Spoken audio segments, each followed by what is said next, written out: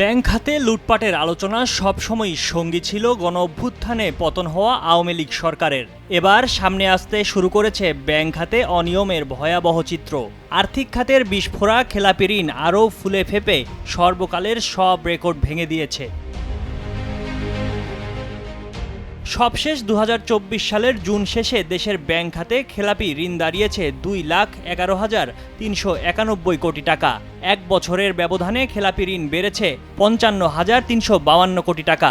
২০২৩ সালের জুন শেষে ব্যাংকিং খাতে খেলাপি ঋণ ছিল ১,৫৬,০৩৯ কোটি টাকা বা ৩৫%। ৩ সেপ্টেম্বর বাংলাদেশ ব্যাংকের খেলাপি ঋণের হালনাগাদ বিবরণী থেকে এই তথ্য পাওয়া গেছে।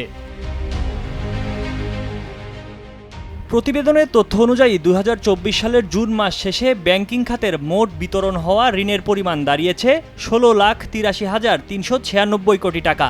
এর মধ্যে খেলাপিতে পরিণত হয়েছে ২,১১,৩৯১ কোটি টাকা, যা মোট বিতরণ করা ঋণের ১২.৫৬%।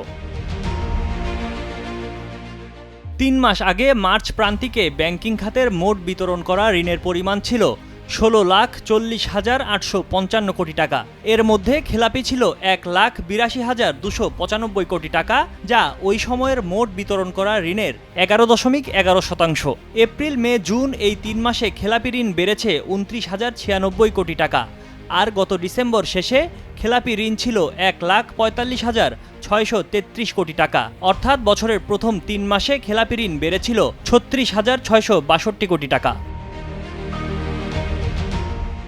বাংলাদেশ ব্যাংকের তথ্য বলছে, রাষ্ট্রায়ত্ত ব্যাংকগুলোর গত জুন পর্যন্ত সময়ে বিতরণ করা ঋণের ১,০২,৪৮৩ কোটি টাকা বা ঋণের ৩২.৭৭% খেলাপি হয়েছে। বেসরকারি ব্যাংকগুলোর খেলাপি হয়ে পড়া ঋণ ৯৯,৯২১ কোটি টাকা, যা বিতরণ করা ঋণের ৭.৯৪%। এদিকে বিদেশি ব্যাংকগুলোর বিতরণ করা ঋণ ৩,২২৯ কোটি টাকা বা ৪.৭৪% খেলাপি হয়ে পড়েছে।